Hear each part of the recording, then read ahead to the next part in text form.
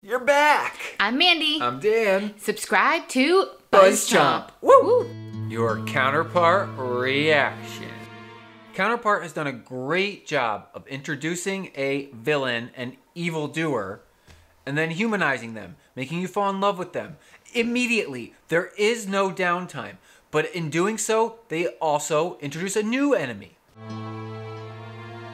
This most recent episode, the first one in which we did not see our Howard.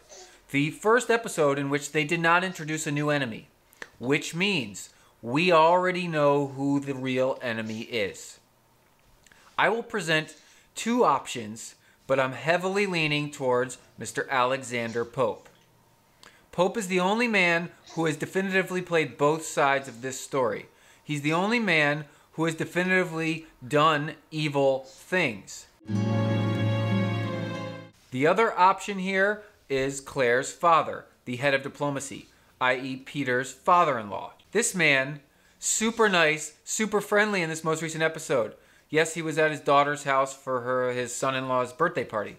But man, he's been like a stick in the mud, like pushing around type of guy at work. And all of a sudden he turns on the charm. Oh, okay, I want to see my grandson. Oh, you always hide him from me. Oh, let's smoke a cigar in the corner and haha, okay, I'll just wait till next time. I love Peter.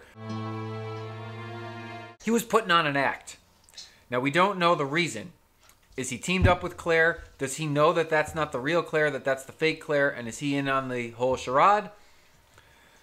Does he suspect Peter? Is he just playing both sides? Does that really make anybody evil in this game? No. I don't have enough evidence to point towards Claire's father, but he does stick out to me as someone we know little about with a lot of power and influence who has something to gain from manipulating this mass conspiracy. Back to the real culprit, Pope, which, if this show has done anything, means he's not the real enemy, because anytime they point towards somebody, it's pointing you in the wrong direction. Yet the evidence is mounting against Pope. He called out the hit on other Howard. He facilitated Claire going to the other side as a member of this school. He is obviously helping to coordinate this school effort. And what we learned most recently is this school is composed of children who lost their parents and then were basically imprisoned. They did not get to choose to go to this school. They had no family, I suppose. Pope is the only man definitively playing both sides. He's facilitating people crossing back and forth. He manipulated other Emily, who appears to be on the just and good side. He is a head honcho at the school, which, yes, it was grooming kids to transport over to our side and be spies. But you know what it did to those kids? It literally imprisoned them. They lost their parents due to the plague, flu epidemic. I don't know, I guess they lost all the rest of their family, but Claire just freaking got taken, showed, and thrown into the school and said, you are going to assume the identity of your other, which now you know exists. Let's break your legs to make it happen. This is like totally revenge gone psycho level.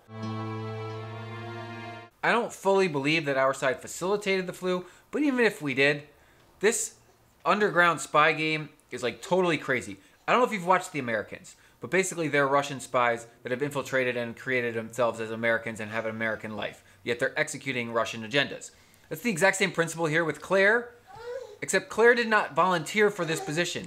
She was told to do it, and she's put into a life. She had to kill herself, takes on this life. Now she has a child. Is she expected to abandon her only connection to the world? Like, is she expected to abandon her child, destroy the world that her child calls home, simply for another world which has zero meaning to her? And she was a kid. She doesn't actually have any regrets. Like, does she really think that they killed her parents? She's been living with her parents, or another version of them, for like, I guess it's only been a couple of years, but she's known them from a distance for a very long time. Pope is a head honcho at this school, which seems to be inherently evil. He's facilitating these spies and these assassinations and these assassins. He's calling out assassins. While he appears helpful, he has done truly dastardly deeds. Now maybe we'll get Pope's backstory in episode 8 and find out that he's also a good person. Because that's what Counterpart does. Every time you hate somebody, you fall in love with them. Every time you think they're good, they turn to be bad. Every time you think they're bad, they turn to be good. Because duality, counterparts, that's what makes this show brilliant. But there has to be somebody good who's really bad and somebody bad that's going to stay bad.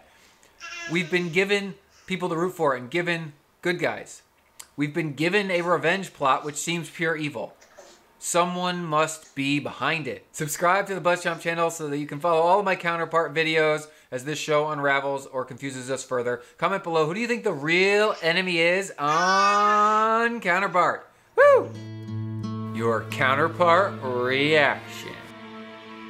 Thanks for watching BuzzChomp. Subscribe and share. Subscribe and share. Subscribe and share. Share. Woo!